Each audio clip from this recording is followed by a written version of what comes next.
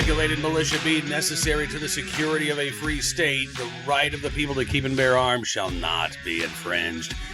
Welcome to another edition of Bearing Arms, Cam and Company, where unfortunately we are talking about some serious infringements today. In New Mexico, SB 17 advancing out of the Senate Judiciary Committee last night. Zach Fort from the New Mexico Shooting Sports Association going to be with us here in just a moment to talk about the latest on this gun ban and gun dealer regulation bill. This is basically a two-part bill, right? So you've got, first of all, what would be the most sweeping semi-auto ban in the United States. SB 17 talks about extremely dangerous firearms, although it does not define an extremely dangerous firearm. But it does prohibit the sale of all center-fire, semi-automatic firearms with a fixed magazine capacity of more than 10 rounds, or all center-fire, semi-automatic firearms with a detachable magazine, banned outright. Can't sell them. Current owners under the bill could continue to possess them. For how long? How many sessions before that changes? Who knows? 2, 3, maybe? This is something that New Mexico Governor Michelle Lujan Grisham has been trying to get passed for basically her at least 4 years. I think this is the fourth year that she has asked lawmakers to pass such a bill. They have not done so in years past. But this may be the year. It is not a foregone conclusion. It is not a fait accompli. If you are a New Mexico gun owner, don't give up hope. You're going to hear from Zach Fort about what you can do to try to stop SB 17 from getting to the governor's desk. Take a look and a listen. Zach, thanks so much for coming on the program this morning. I really appreciate it. Thanks again for having me on. Appreciate it. Yeah, I mean, listen, Virginia and New Mexico right now are the two states where a semi-auto ban is on the table. And so, obviously paying very close attention to what's going on in both states. SB 17, not just a ban on all center-fire gas-operated semi-automatic firearms, but also has this dealer component as well, right? So a host of new regulations on FFLs. This was in the Senate Judiciary Committee last night. And as I understand, I was following the New Mexico Shooting Sports Association's Twitter feed. There was a substitute bill that was introduced. Do we know what's actually in that substitute bill now yet? Bill has not been released to the public. We thought there would be. We were told to expect a substitute bill, but we don't know for sure what is in the actual substitute bill. It's yet to be released to the public. From my understanding, it is not substantially different in the actual content. What it does do is clean up a lot of language and things like that from the original bill, because the original bill was very heavily written by Everytown. The substitute bill incorporates more language from the New Mexico Department of Justice, the governor's office, to kind of make it more tenable with New Mexico law. So it doesn't really change what the bill would try to do, but it does clean up a lot of the very poorly written language that Everytown originally came with. Okay. So not good news for gun owners then in that substitute. This passed on party lines. I thought it was interesting. While I was watching the debate in the committee last night, I watched for about a half hour, and I just happened to tune in as one of the Republican representatives offered an amendment that would strip out the gun ban portion of this bill, right? Yes. So Senator Brantley, Republican state senator, she offered an amendment that would strip out the gas operated firearm ban component, also magazine ban, just completely strike that entire part from the bill. She actually got one of the Democrats, Senator Joseph Cervantes, to go along with it. Ultimately, that amendment died 4-5, because you had the 3 Republicans and then joined by 1 Democrat, because it's a 6-3, 6 Democrats, 3 Republicans on that committee. So you have to kind of swing 2 Democrats to actually stop something in Senate Judiciary as it currently stands. And I will say the makeup of Senate Judiciary actually has been changing from year to year. It's a very different committee than it was 2 years ago. It's even different from what it was last year, but it's a very different committee from what it was 2 years ago. Because in the past, 2 years ago, Senate Judiciary was a better better committee that took bills more seriously. Unfortunately, with some of the turnover, some of these newer people they've brought onto the committee, they kind of seem to be taking their job of thoroughly vetting legislation less seriously. I mean, there's a lot of concerns that were brought by the Mexico Department of Justice about kind of what the bill seeks to do, but those concerns were largely pushed aside by Senate Judiciary last night. So kind of back to that vote, it would end up being 4-5. Kind of we're not able to get a second Democrat to join that, but it was really close, and I think it shows that there's still a lot of potential to stop this. We don't know exactly what that is going. We don't know if we have all the votes to stop all of the restrictions on gun stores. We're doing everything we can to stop the entire bill, but you may see going forward, this amendment was likely going to be brought up again, whether that's on the Senate floor or on the House side, if it's able to make it over to the House side. This is still very much a live bill. There's still a lot of changes that are going to be made on this. We're going to continue working on this. I know it was a disappointing vote from my perspective, from going through my vote counting, looking at these state senators. I wasn't terribly surprised by the outcome of it. The entirety of the state senators on the Democratic side on this committee are from what we kind of call that central New Mexico corridor along the Rio Grande, where Santa Fe, Las Cruces, Albuquerque, that's where you get all the progressive Democrats from. They all kind of hail from those three metro areas. And sure enough, every Democrat on that committee is from Las Cruces, Santa Fe, or Albuquerque.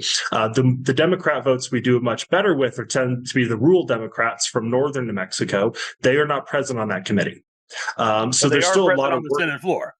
They're absolutely present on the Senate floor. They're present on some other committees. Like, for instance, Senate Finance is where this bill died last year, because the finance committees in New Mexico are very heavily slanted towards the rural communities, just because they need to, for them, making sure they get their full allocation of money from the state. And it's not just being dominated by the larger metro areas is an incredibly important issue for rural communities in New Mexico.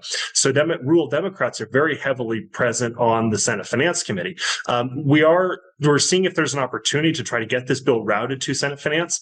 Senator Maestas, a Democrat from Albuquerque, he actually brought up in the debate last night that there does seem to be some pretty serious fiscal implications for this bill, for the enforcement of it. And so he seemed to think it should get routed on to Senate Finance. We would like to see that happen. We're going to see what options we have where, I think the Republicans would like to see it routed there as well, because yes, there would be very serious fiscal implications.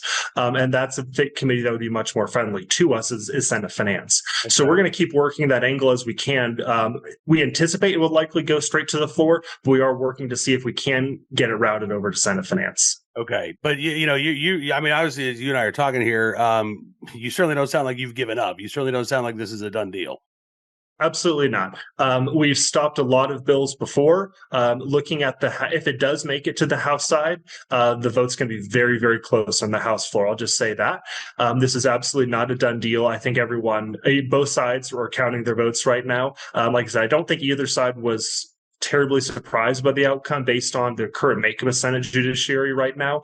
The Senate floor is going to be close too. We're going to see what we can do there. I know there's going to be some Democrats who are likely going to vote against it on the Senate floor. Can we get enough? I don't know for sure yet. We're also trying to see what we can do, because we're making the point that this does have some very serious fiscal implications. We made that point last night in our testimony in Mexico Shooting Sports Association testimony on the bill. This has very serious fiscal implications on this bill, and yet you're not sending it over to the committee that deals with these very large fiscal implications, because there's no appropriations attached to this bill.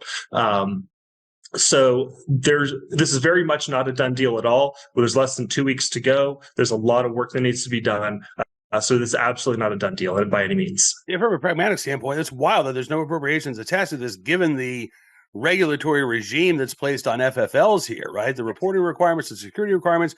That has to be enforced somehow. I mean, I suppose it can be left up to local law enforcement, but doesn't the bill actually reference the state Department of Law Enforcement? Yes, the state Department of Justice would be on them to determine what is and is not gas operated. They would be on them to ensure compliance. It would be on them to inspect.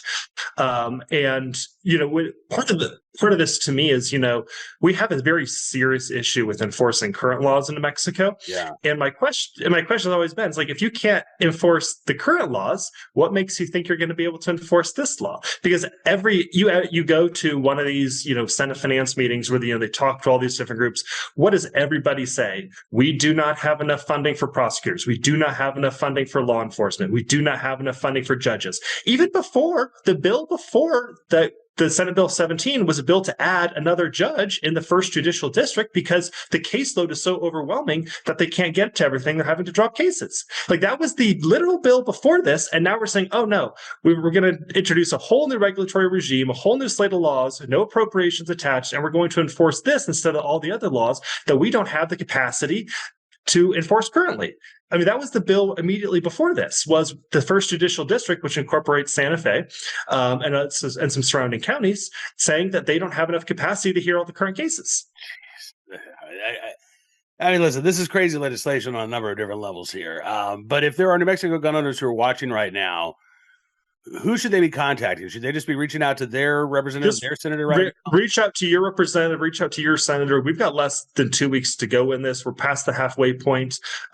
Just be reaching out to them constantly, calling their office.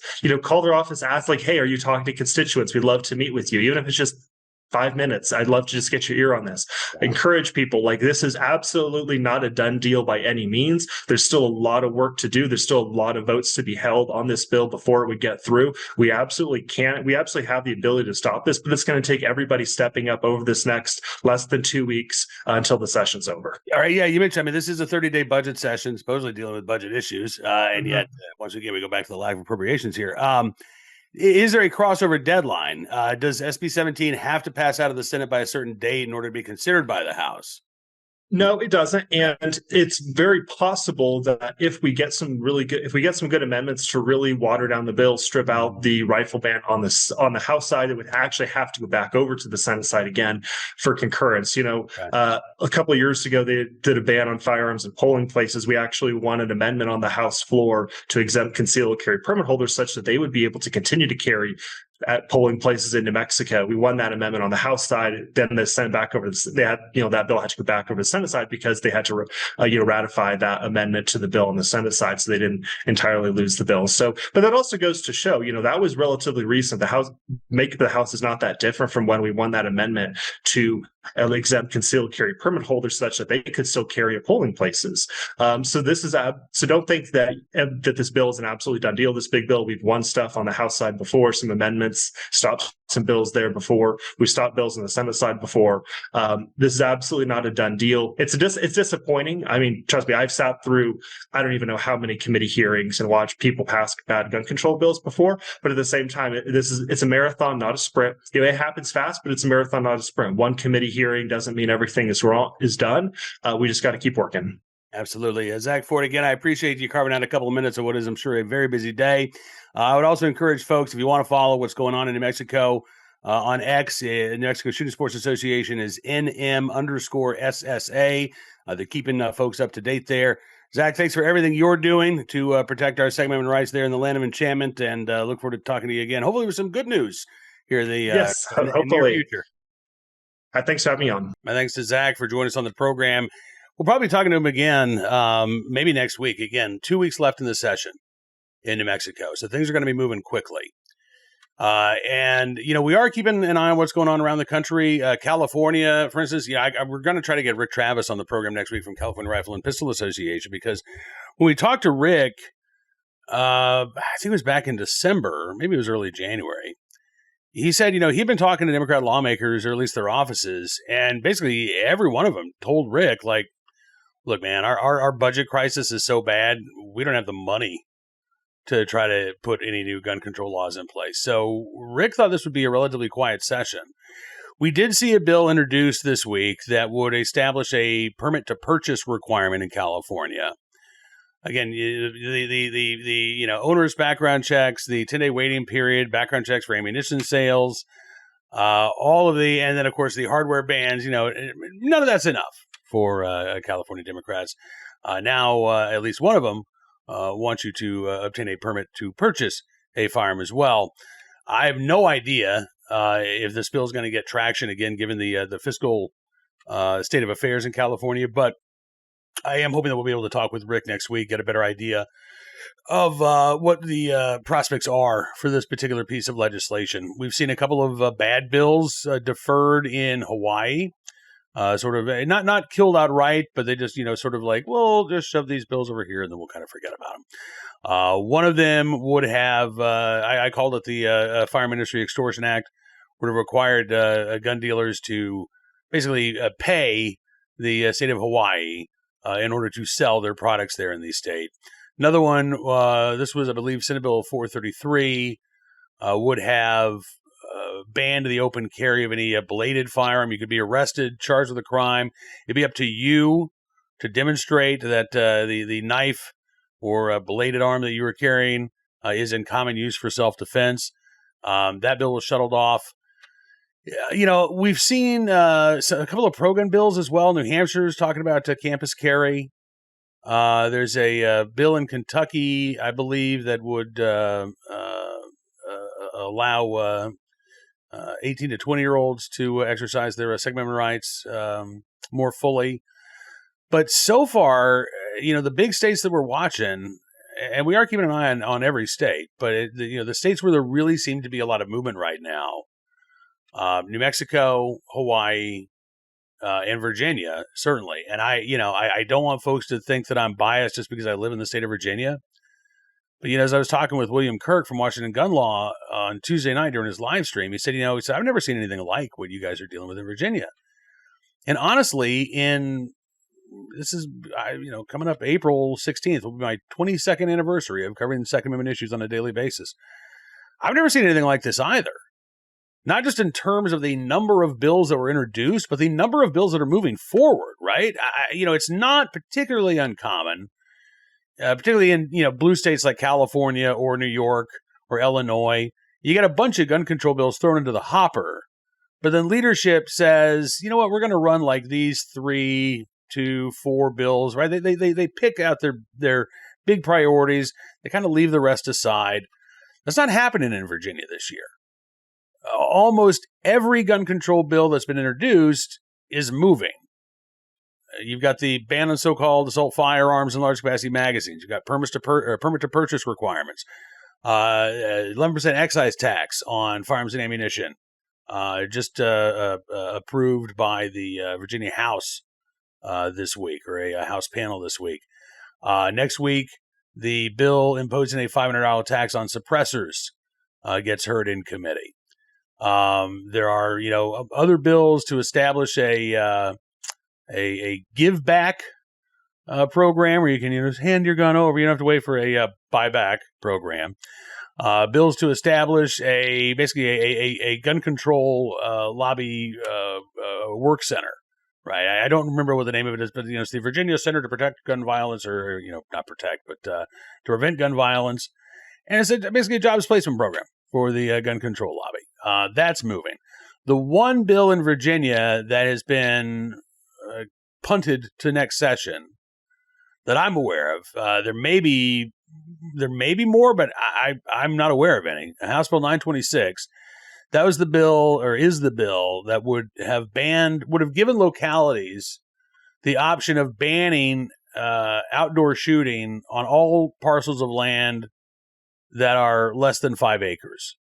And it would have required, or I guess would have allowed counties to impose a requirement on parcels over 5 acres of land that any outdoor shooting had to be done in a manner that prevented rounds from crossing property lines, which could have impacted hunters as well, not just recreational shooters. That bill again was kicked until 2027 by a House committee. That is the one bright spot so far in the Commonwealth of Virginia. So if you do hear me talking a lot about Virginia, it's not just because I live here. It is because really what we are seeing in the Commonwealth is truly unprecedented. An effort to turn a state with relatively good gun laws into, East California or South New Jersey in a matter of months, in one session. And we really have not seen the likes of this before. So I think it is deserving of coverage, even if it wasn't happening in the place where I call home. All right, on to today's Armed Citizen story. Our good deed of the day, our recidivist report. I said a couple days ago, I restrict myself from checking the website CWB Chicago on a regular basis, because if I did, then every day our recidivist report would be from Cook County or the city of Chicago. So once a week, I allow myself to check that website. And sure enough, here we go. 6-time felon on parole, carjacked man during dating app hookup, prosecutors say.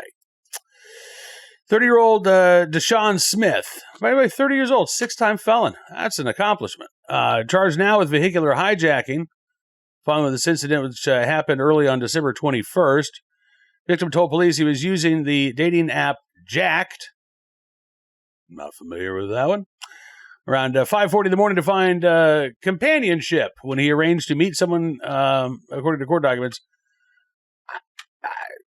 Listen, I haven't really dated in 30 years, but that's just a whole new world for me. 5:40 in the morning, looking for companionship. Should be like asleep or getting ready for work at that point. And then you can find somebody else who's apparently looking for companionship. Anyway, this guy gets to the location where he's supposed to meet his proposed companion, and Deshaun Smith allegedly waved him down. Victim said he did not believe that Smith was the same person from the app profile. But despite that suspicion, he said, hey, come on, get in the car. Guess he was really, really hankering for some companionship at that point. Anyway, they drive her out for a couple of minutes. They pull into an abandoned lot. According to prosecutors, victim turns off his car. And according to a detention petition, the pair begin to discuss what companionship might look like. Yeah. As the encounter was about to begin, CWB Chicago reports Smith allegedly pulled away, told the victim he would have to pay for his companionship. The victim indicated he did not pay for companionship and began rolling a joint. But when he turned back around towards Smith, which again, I don't pay for that. Here, let me just offer you some drugs instead. Anyway, turns back towards Smith. Victim said he had a gun pointed at him. Fearing for his life, the victim swatted the gun away, fled the vehicle screaming for help, and then allegedly watched as Smith climbed into the passenger seat and drove away in the guy's car. Police responded to the scene. They entered the vehicle into a stolen vehicle database. Officers later located the car. There was a brief pursuit, apparently assisted by a Chicago Police Department helicopter, but Deshaun Smith was taken into custody, identified by the victim in a photo lineup. And Judge James Murphy ordered Smith detained on charge of aggravated vehicular hijacking. The Illinois Department of Corrections revoked Smith's parole. According to CWB Chicago, Smith received 4 concurrent 12-year prison sentences for 4 separate armed robberies in 2018. 8 years ago. 12-year sentence, 8 years ago. 4 12-year sentences. But again, he gets to serve them all at the same time. So it's just one 12-year sentence, right? He had previously been sentenced to prison for narcotics in 2016 and gun possession in 2015. And again, under Illinois law, basically every time that you spend in jail awaiting trial, if you're convicted, that counts towards your sentence. And then every day that you are incarcerated, you get a day knocked off your sentence for it, as long as you are not causing riots or assaulting corrections officers, things of that nature. You get your good time credit. So 12-year prison sentence, actually 6.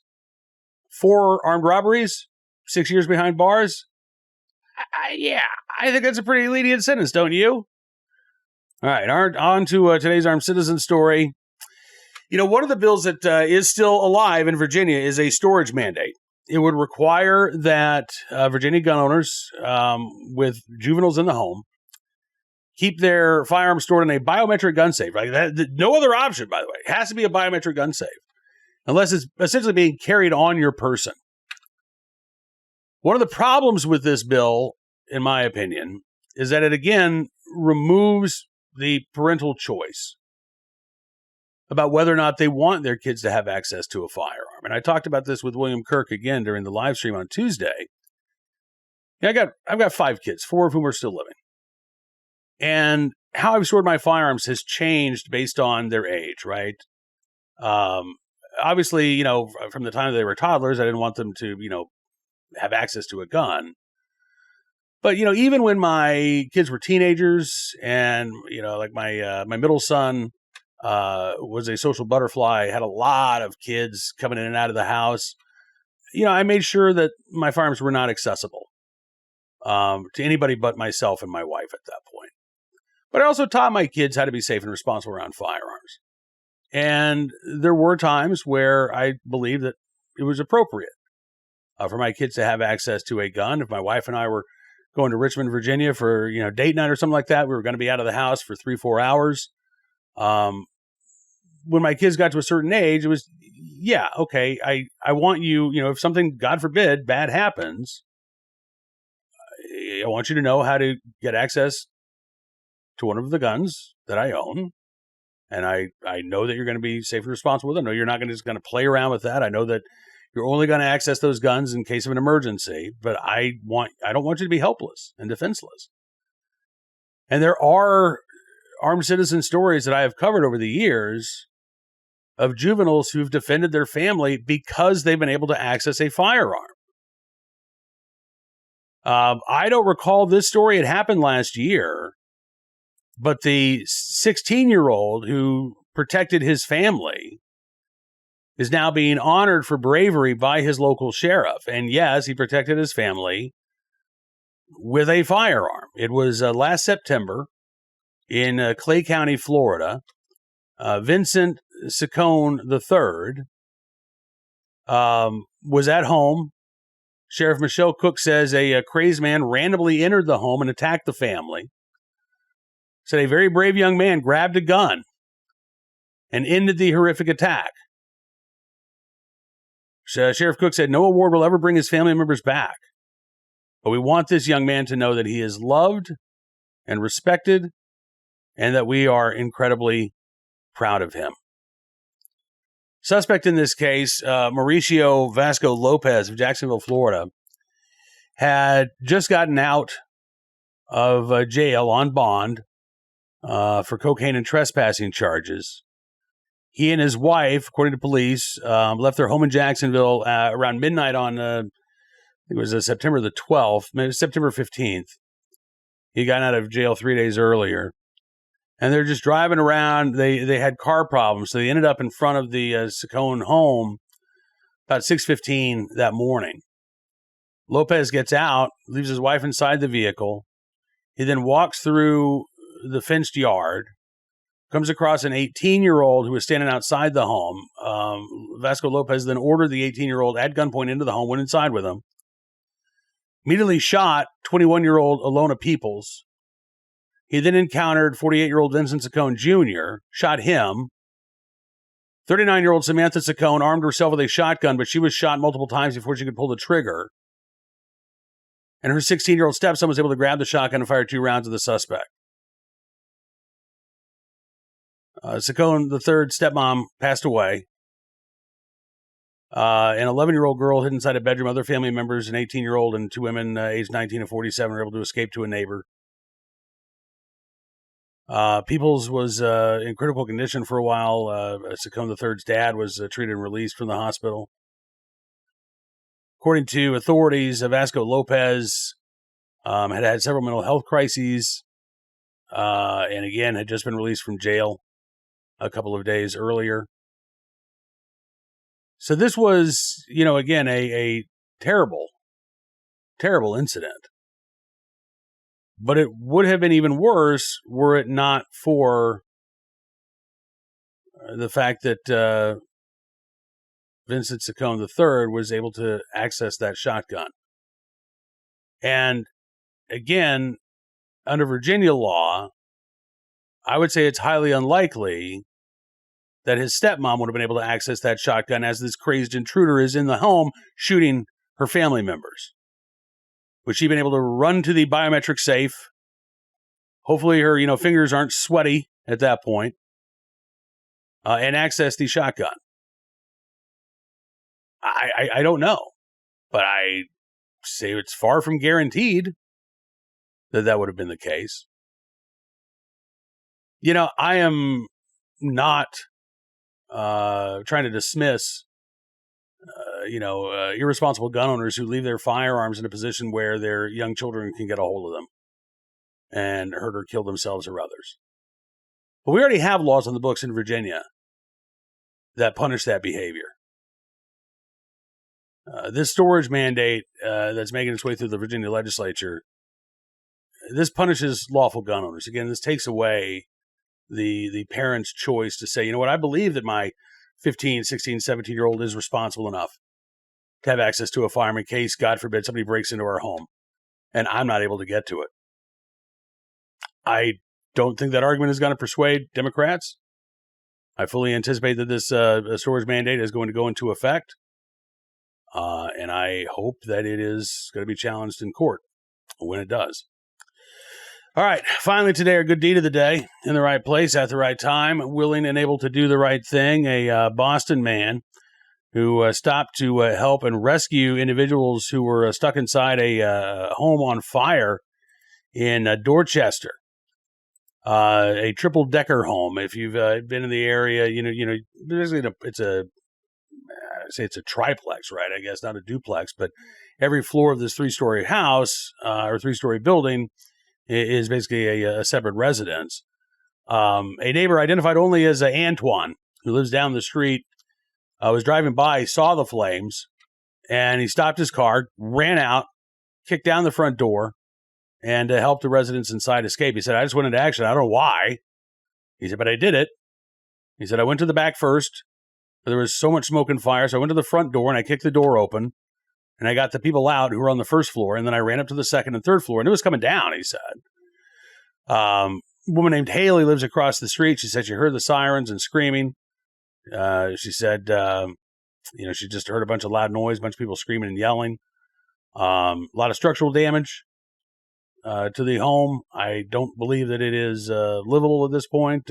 Fox 25 in Boston says that 7 residents and 1 child are now actually left without housing. But again, thanks to Antoine's actions, while there was loss of property, there was no loss of life. And as he told Fox 25, he said, I'm happy there's no injuries. And the guy, as I was coming up here just now, he thanked me for saving him and his daughter. They thanked me. It's got to be an incredible feeling.